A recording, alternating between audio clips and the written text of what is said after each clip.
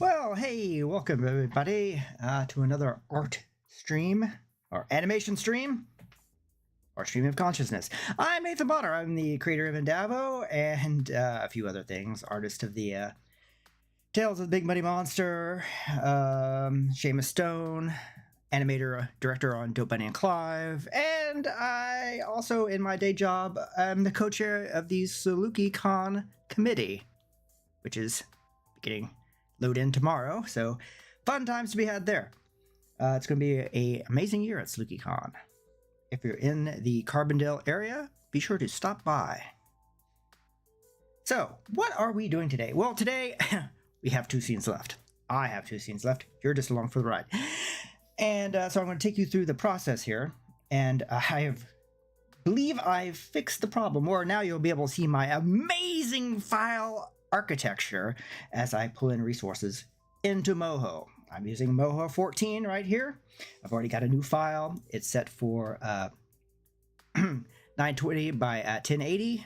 It's 24 frames per second, which of course After Effects for some reason does not default to that setting. So you always have to change that. But we'll get to that later, hopefully today. So let's begin now. Okay. Hey, the music is playing today. Isn't that amazing? So we're going to go to File, we're going to go to Import, and we're going to import, and you can just do General Import, but I like to do import by category. We're going to go into Image. Oh, and there's our, my work from last time? Our work from last time? Yeah, you're along for the ride. I'll give you some of the credit. It will be fine. So here, under shot 233, that's right, there are 233 shots. It comes to 22 minutes in total, and I've animated it all myself. Am I insane? Perhaps so. Okay, so what we have here is we have a shot of the Adventure Bridge that was done in Blender 4.2, I believe. And you can see here's also got some of the nice tracing lines on there from Freestyle and whatnot. So basically, we're looking at the bridge like we were sitting outside looking over the dashboard. This kind of pyramidal shape in the middle is actually the backside of the maintenance and astrogation computer, or Mac. So, and we'll have Endavo here, and we'll have Rachel over here. So let's go get them in. Now, okay, you'll be able to see them. They will just be on top of the background, but in After Effects, I am going to actually create a mask very easily that will mat them into and make them look like they're actually sitting, and with some really cool After Effects blending options, it'll look like they're part of the scene, I hope. Anyway, let's go ahead and save this because, as I always say, saving is like voting. Should save early and save often.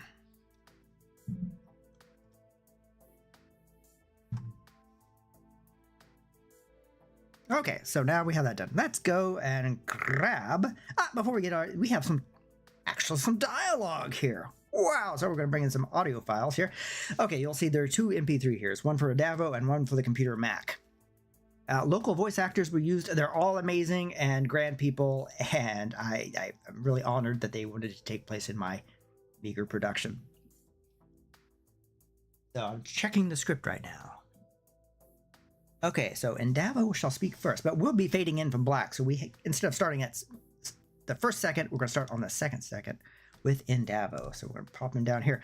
Now, okay, so you can't really move it here because we're on the keyframe part of the timeline. We need to select this little thing here, and it enables us to slide. Just grab, and you can slide that to whatever position you need to start in. So we're going to fade in from black for 1 second, and Davo will begin moving about, well, the fade in's happening, so he'll start moving at 12, but we'll have him start speaking at 2, and we're going to go to 4 now, the 4th second, to be precise, and we're going to go down to audio file. We're going to bring in Mac's audio file right here. Okay, so here we have Mac, and this kind of also informs you how long, if you don't have a set action, like people walking down a hall and out of shot, how long the scene is going to be. This will kind of give you an idea of how long your scene should be. So, all right, so let's give it a little extra bit of time. Let's give it 6 seconds. So that's 144 frames. And this is how we, it's 6 seconds. This is how we change things. We can actually, oh, you can scrub the timeline and it will play the audio, both forward and backwards. Sorry, Bruce, I didn't mean to embarrass you like that. Okay, so let's do it forward. Bring it up on visual, Mac. At once, Captain. Oh, amazing. So, there we go. So we're going to go back to frame 0. The timing seems really good there. Hit save. And now we're going to bring in our humanoid characters. Mobile object. I'm going to do in Davo 3.0. To my resources. That's absolutely spiffy. And we're going to go into characters, and here we have many characters. Wow, almost too many. That cold open really spanned out the characters, but we have Rachel here, and we have Rachel in her base or street clothes, and we're importing by reference. There's a small box above OK. I'm going to, hang on, let me drag this over here so you guys see it. Okay, there's Rachel, A, and we're going to import her in by reference, and we're going to click OK, and that's how you do that. Now, if I go back and change... So I'm animating here, and something is just going completely, horribly wrong. Like one of the smart bones have gone crazy or something like that, and I go back into the original file, and I correct that. I hit save in the original file, and it will show up here. This little green arrow will turn red. And I would right-click and click Update Layer. It'll ask you some options, and you'd click, yeah, absolutely, and OK, and boom. This is a one way that any corrections you make on the main character now will be put out to any scene that she's in, can be updated in that manner. This is a really cool production way. So that means if you're adding extra hand positions or other doodads, all that can be added retroactively to your previous scenes. That's actually kind of cool. So we don't need the jacket, but we do need that forearm to show up for some reason. I don't know what's going on there. Okay, so our mouth is going to be probably just set on default right now instead of smiley, because they are at this moment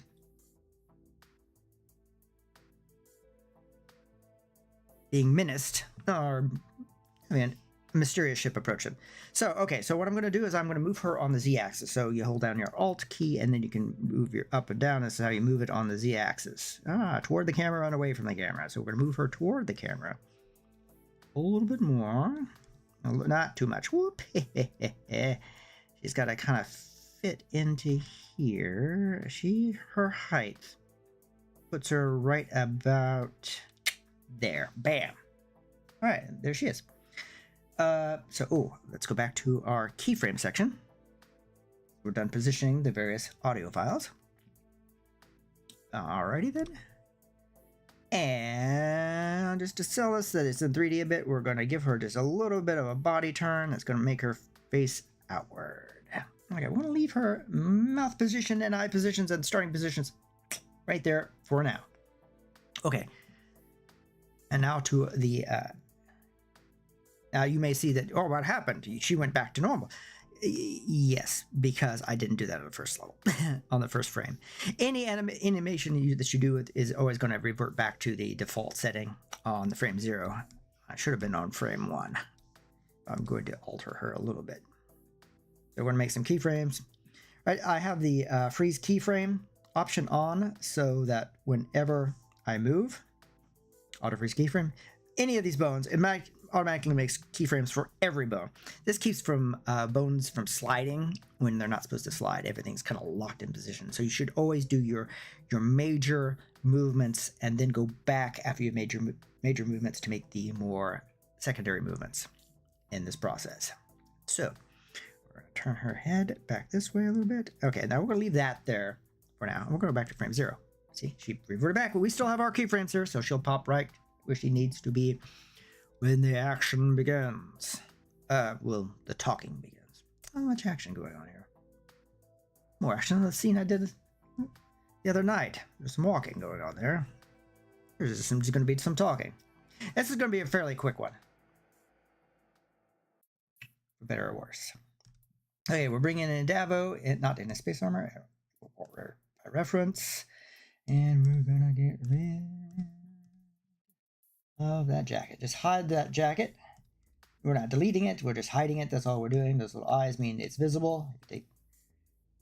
Actually set the opacity settings in in each layer and animate them if you wanted to, but there's no need to do that.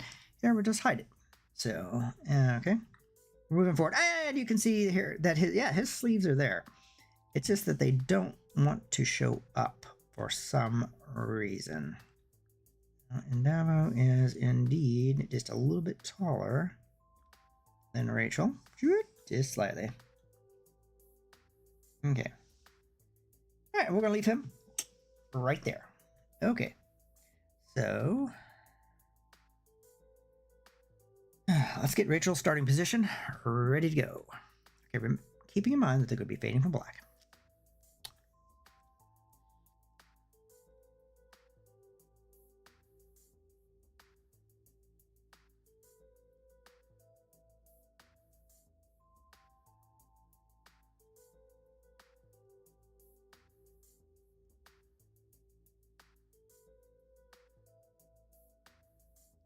Okay, so I've positioned her so that maybe she's looking down. Okay, so we're going to be fading in, so she's not going to be moving very much. Ooh, what happened there? Didn't take it all. I may have been on the 0 layer instead of where I needed to be. I should have been paying better attention. Alas. Turn that head just a little bit more. There we go. There we go. This way, it looks as though she is looking at some readings. Oops. How the bones are linked. If you wonder what all those errors were. I'm going to put these arms a little bit out. It won't matter because they're going to be cut off. Cropped out. Not cut off. That's not that sort of scene. Okay. So, one thing we're going to do is we're going to go out to frame 12 because there's not going to be any movement until frame 12. Okay. Go to Davo. And basically we're going to do the same thing, except we're going to go to frame 1. Okay.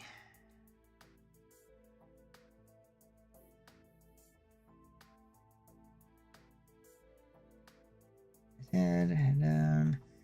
He's also going to be probably looking at some of the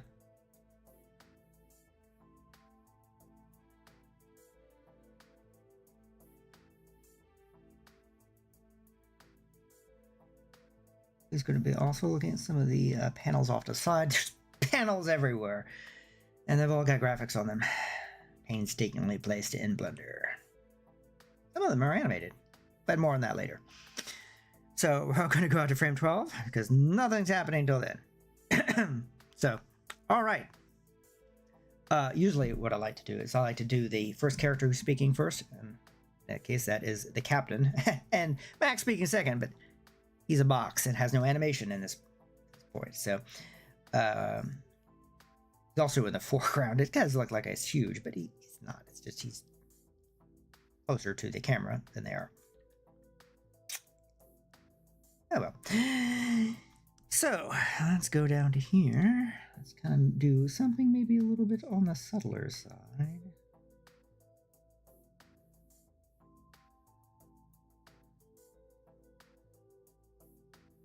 Start moving. Have him freeze those eyes here like he's reading something. And we'll have him move his eyes over here.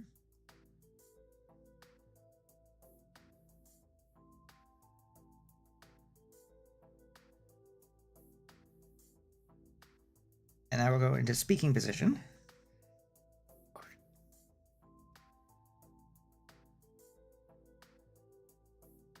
And that head up. Now there is a I did these a long time ago. These models a long time ago. And normally the head should have another joint. This one here is just connected to the hair. It should connect to the entire face. And I will rig these in the second episode so that the head can tilt a little bit without relying on the head up, down, lever quite so much. Lever? Quite so much? Anyway.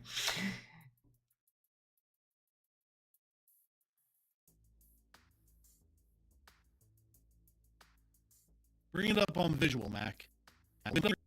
Okay, so what we're going to do is we're going to go back to here, and we're going to go to his head. All right, in his head group, there is the mouth group. Okay, right now it's set on regular. That's fine. We're going to change it to smile. Cool, huh? So now, well, let's just show you what happened here. So it's regular, and then he smiles, and he turns his head. Okay, so we're going to go back to here. We're going to go back to here. We're going to double click on the smile. Okay, now what you don't see, and which I will show you here in just 1 second. Let me drag this over here. And I guess over here. Aha. All right, here we go. We want to go to, this is the mouth underscore smile layer settings, as it says right here in the title. Good. Let me point out the blatantly obvious. Anyway, going to switch. Oh, switch settings. Select audio sync source. We're going to select his mouth movement. We're not going to do any of these other things because I don't. You may. I mean, absolutely. And as I drag this over, I can't see the OK on my UN screen, so I'm going to have to drag it over here and click OK. And you'll notice that immediately all these little keyframes start up. This is a switch layer. See, I've got all these different mouth types from closed to very wide open. And these keyframes represent visual, Mac. The mouth positions. Now, you may notice that this is not phonetic. I did not do phonetic mouth movements on these guys. I kept it anime style because the Japanese are onto something, let me tell you. It'll make it way easier to translate this into Portuguese. So anyway, so that's what you got. So that's what we got. So we're going to go up to here. Back to the, and I think what I'll do as he turns his head, I am going to put a blink. There's a good tutorial on a person who actually does anime work in Japan, where he was talking about some of his tricks of the trade, and he always does these kind of blinks and head dips on the turns. Very smooth, huh? Very smooth, huh? All right, cool. Well, that's kind of repositioned everything a little bit. Bring it up. Bring it up on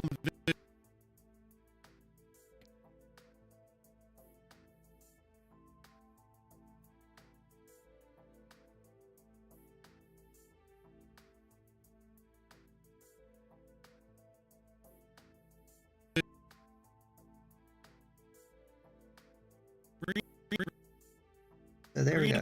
Okay, when you go backwards, I will notice, you may notice this, sometimes your bones that have physics on them will sometimes go wacky when you go backwards. They're really meant to go forward, so it's a weird quirk of Moho.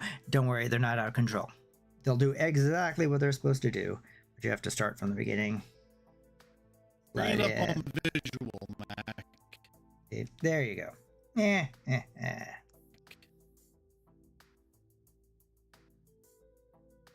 We'll have him freeze there, and probably what we'll do is have him lean a little bit closer. A little bit more. At once, Captain. And we'll have him sit to there. And then we're going to have him turn his head. Rearrange his body. Go looking up. And when he looks up, we'll have him do a blink as well. Nice arc. Subtle. It doesn't have to be like super stupendous, but I mean, it gets the point across. So, Rachel's animation is mostly reactionary on this one. So let's go to reset view. All right. Hmm.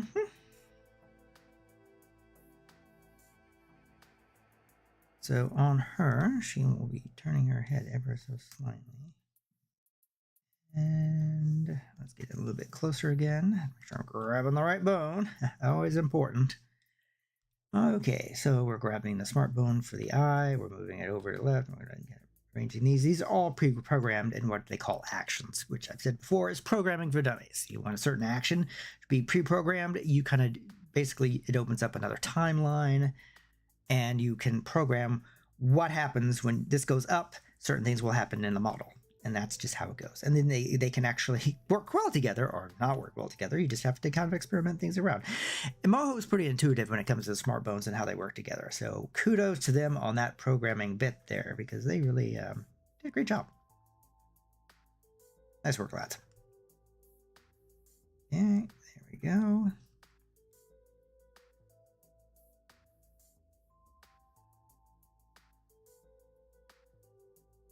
Okay.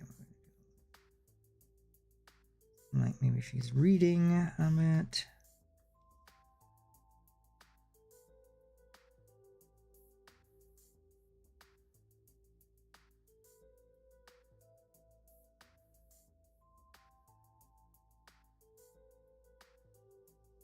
Bring it up on.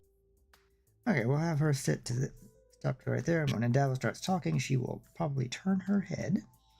This time, so we're going to do a full-on body turn. Head turn, and now we're going to position the main structure bones. And a little bit here.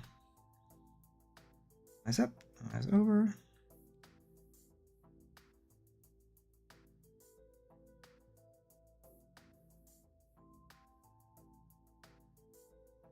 And head turner over to there. Ah. Basically same trick. I think we'll have her do a blink, and we'll have that head dip down just a little bit. Up on visual, Mac. Bring it up on visual, Mac.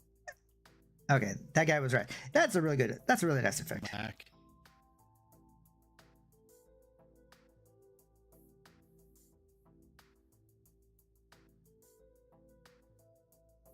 Okay, we'll have her turn her head ever so slightly.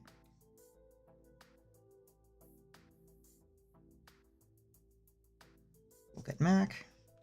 At once, Captain.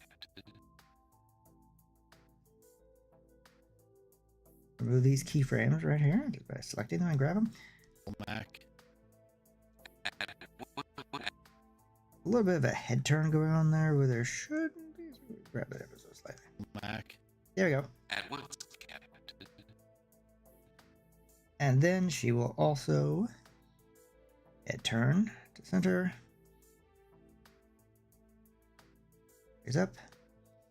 Reposition to get a better view of the screen, which will be holographically appearing above them. And the next scene. And there we go. So we got one. Bring it up on visual, Mac. At once, Captain. If I put extra blink here. Bring it up on visual, Mac. At once, Captain. Hey, there we go. Now we're going to hit save. And what we're going to do is we're going to reset this view right now. And let's see what we've got going on here.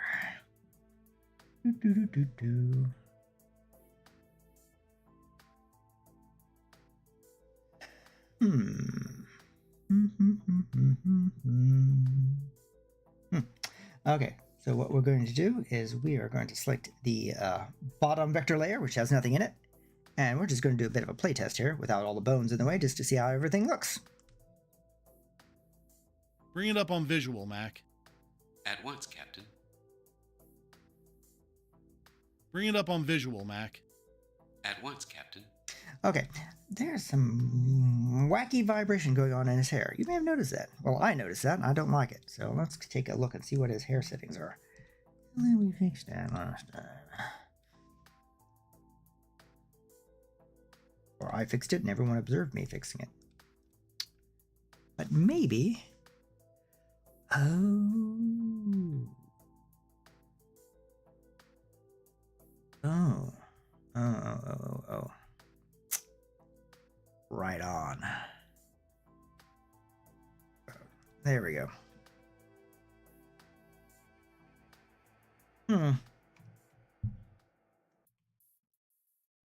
There we go. Haha. Let's see how this goes. All right, reset view. And Bring it up on visual, Mac. At once, Captain. Bring it up on visual, Mac. At once, Captain. good deal. All right. So we are at the fun part.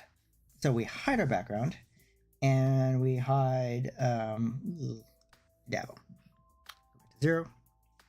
Okay, so what I'm going to do now is I'm going to hit save and I'm going to go to export animation. Okay, what we're doing is we're going to do an image sequence, and PNG works fine with me. Ha ha ha.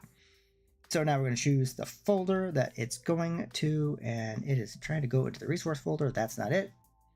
We are in shot 233. So we're going to go there and we're going to make a new folder here, and that file folder called renders.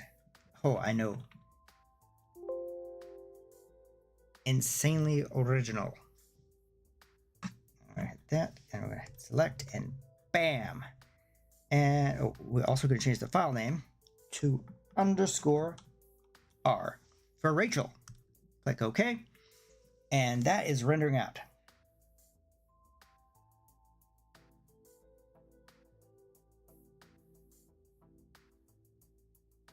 Okay, the graphics card are doing their stiff. So we're going to go ahead and put... go ahead and get Davo ready to go.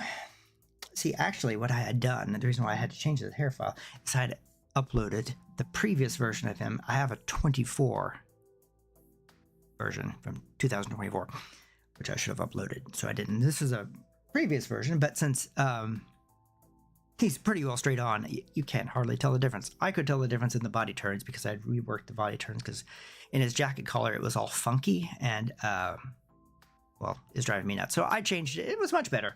But in this version, we weren't using the jacket, so, and he's pretty much straight on. So, hey, it worked out great. And it looks like we're 75% through our Rachel render. I'm not going to say that 5 times fast. Alrighty then. Now, if I were Julia Child, I would have pre-rendered all this before the live stream and just recreated everything and just... And now we're going to go to After Effects and just dropped everything in. But I am not that prepared. So that's just how it goes. All right, so Davo's ready to go. So we're going to go back to here. Rachel is done rendering. All right. So we're going to export this animation. Basically the same settings as before, but this time we can choose it because we've been there before. It didn't exist before. So we made it, and now we can choose it here. _I for Davo. And we're going to click OK, PNG. Image sequence. It's going to do 144 frames, and it's off to the races. Now, most of the humanoid characters render out pretty quickly because they don't have a lot of gradients in them. I use the point-based gradient system, which is right here, but you can't get it to it unless you're on frame 0 and on a vector layer. Guarantee uses a lot of the shading. His render takes a significant longer amount of time, probably about double the amount of time of Davo or Rachel or any other humanoid character that's not in some sort of space armor. He's got a lot of shapes onto him, so I think he even takes longer to render than Ratty and our hard suit, which is a big kind of orangey spacesuit with some highlights into the point animation again. He's probably the most complicated character to draw in Moho or in real life. My other characters tend to kind of be a little bit more on the simpler side. I think I get that from the Batman the Animated Series and Bruce Timm's amazing designs. So, and then Guarantee's inspired by like overly complex Japanese anime and Transformers of the 1980s. I'm sure you're shocked by that. All right, hey, we are done rendering. So we're going to go down into the After Effects Okay, 1 second here. Let me bring this window in here. All right, pow. Okay, hey, so this is the After Effects, and all the shots are done for Indavo. So we're going to just select this guy right here. We're not doing anything with that. I was just make sure I wasn't in an extra file folder of another one, because I'd put a file folder within a file folder of a shot within a shot. That would not work. So now I'm going to put that down there, and we know that our shot is shot 233. We are 6 seconds long at 24 frames per second. Sizing is correct as usual. And now we're going to save. If you don't have autosave set up, save a lot. That's all I can say. All right. Doing some importation, and there's guarantee from the last shot. I should probably show you how that probably worked out. We're just going to grab all three of these guys right here, and we're going to plop them back down into the shot. Okay, so the background goes in there, and the background takes up the entirety of the shot. Okay, and then, of course, we have Indavo. He starts speaking at second 2. And make sure that's lined up. That is there. You know that Mac will start talking at second 4. And now hit save again. There's a lot of shots in this, so that's why it takes so long to save. Okay, so we're going to go to our renders. Here is our Indavo. Okay, so we're going to take him. But before we drop him into the shot, he is set, you can see right here, at 30 frames per second. No, he's not. It's not 4 seconds and 24. It's 24 frames. It's supposed to be 24 frames and 6 seconds. So what we have to do is we have to right click. And there's probably a way around this. And you have to change that 30 to 24 there, and it will reinterpret. I have to move the screen off to the window off to the other screen in order to click OK, and it goes. And now, hey, he's 6 seconds long at 24 frames per second. That is all right and good. We're dropping him in. We're lining him up to make sure he's there at the first frame and there at the last. Well, that's pretty good. Okay.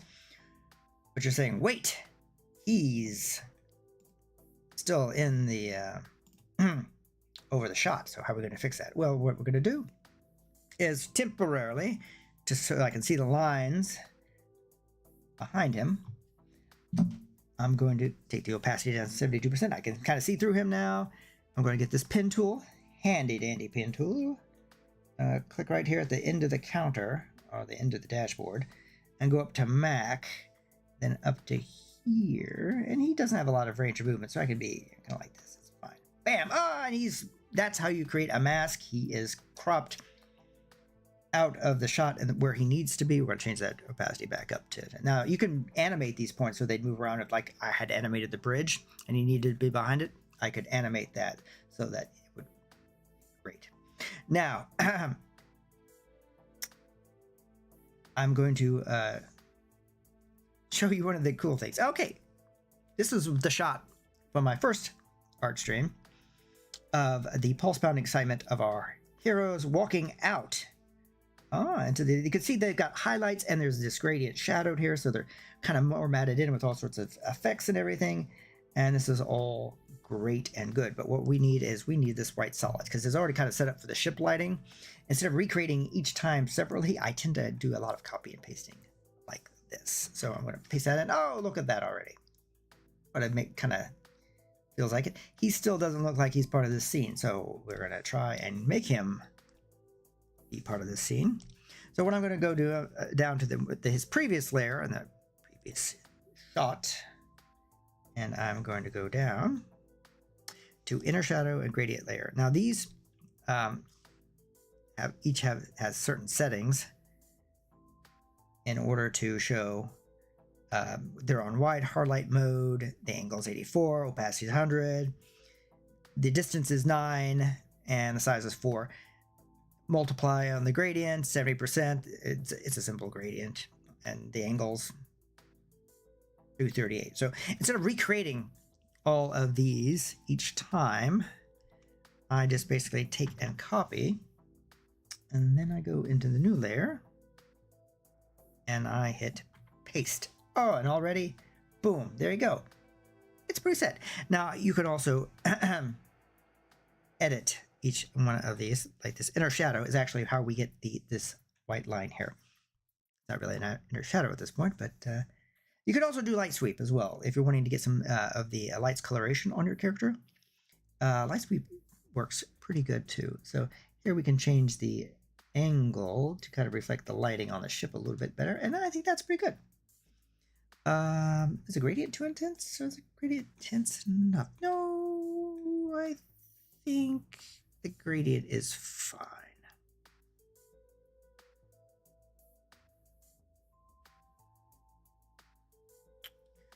So let's see here. Well, actually, I'm going to take that gradient down just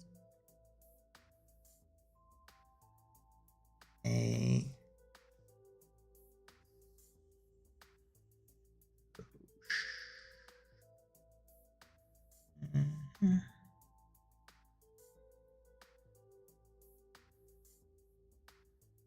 That's fine. Boom. There we go. And save. Okay, so he's matted in.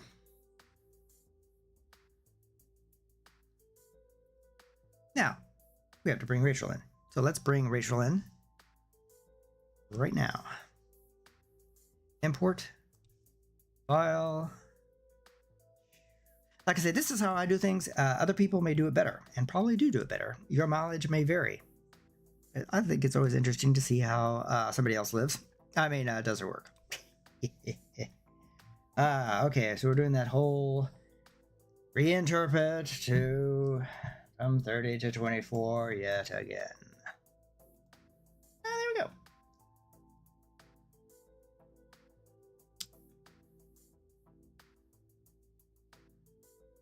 All right, now Rachel is ready to go in, so we're just going to drop her right into there. Boom, there we go. Now, I still have his settings copied to the clipboard, so that's what I'm going to do. Is I'm just going to Control V right now, and she's going to be instantaneously have that gradient and the white outline added. And again, with her on that, I need to I'm on the right layer. I do that all the time. I'm on the wrong layer. It's a meme, and it's true. All right, so I want to move that over to the kind of reflect that the light's coming from the parts of the bridge. Excellent. And I think the opacity is okay on that gradient. We're going to leave that as is. Drip this down so I can see through her just a bit to make sure I'm hitting all the right lines. So it looks like there's a doodad there. We're about to find out if there is a doodad there. I think there is. Okay, let's click off her layer to see what's going on there. Oh, well, I'll need some work, that's for sure. Let's get in a little bit closer to make sure we're lining it where we need to be. Ooh. And we're a bit off on that. Oh, there's nothing there. I was seeing the gradient on the there. Oh. Alright, the hand tool can move you back and forth, by the way. But that line doesn't even need to be there. Like the superfluous, and so's that one. Oh, dang it. Well. Okay, let's click off that layer to make sure everything looks pretty good. It could be better. Let's click off that layer and see how that looks. Yeah, it's not bad at all. I think. Let's double check. Go this way. Yeah, her shirt's dug into the line a little bit here, so let's that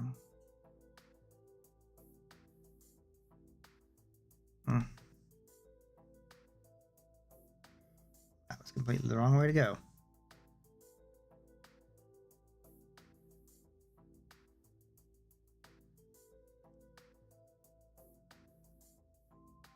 Oh, that's why. Okay. Going to move her opacity back up to 100. And let's go to here. Okay. See what we got. Okay, we're gonna do a preview real quick. Bring it up on visual, Mac. At once, Captain. All right. So there we go. That's the scene. That's compositing. That's the animation. That's how it's done. That's how the entire process from start to finish, except for one last thing. I got to add this to the render queue. And yes, I use MP4s. So I'm going to select the destination for this MP4.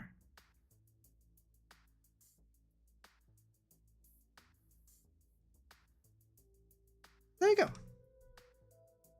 So hit the render rune.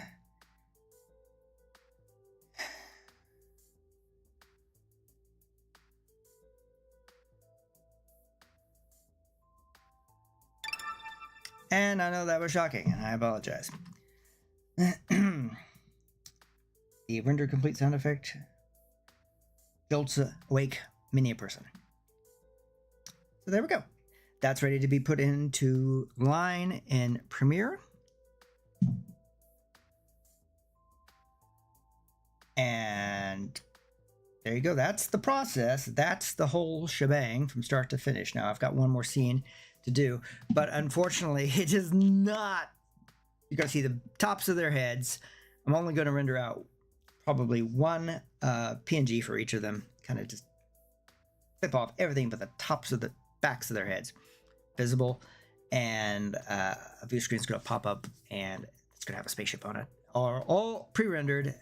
This is not very exciting, so I'm going to probably call this one El Quizzo here. I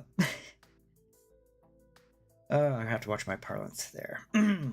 Anyway, thank you for joining, if you indeed watched this all the way through. And like I said, I hope these things will get a little bit better as time goes on. And I'm going to try to do one at least once a week. If anyone should ever have any questions, feel free to chat or hit me up on the Book of Faces under Indavo and send me a private message and I can answer your questions, potentially. In the office, we say there are no dumb questions, but there are dumb answers. So be prepared for that. All right. Well, thanks for watching, and I'll catch you on the next stream.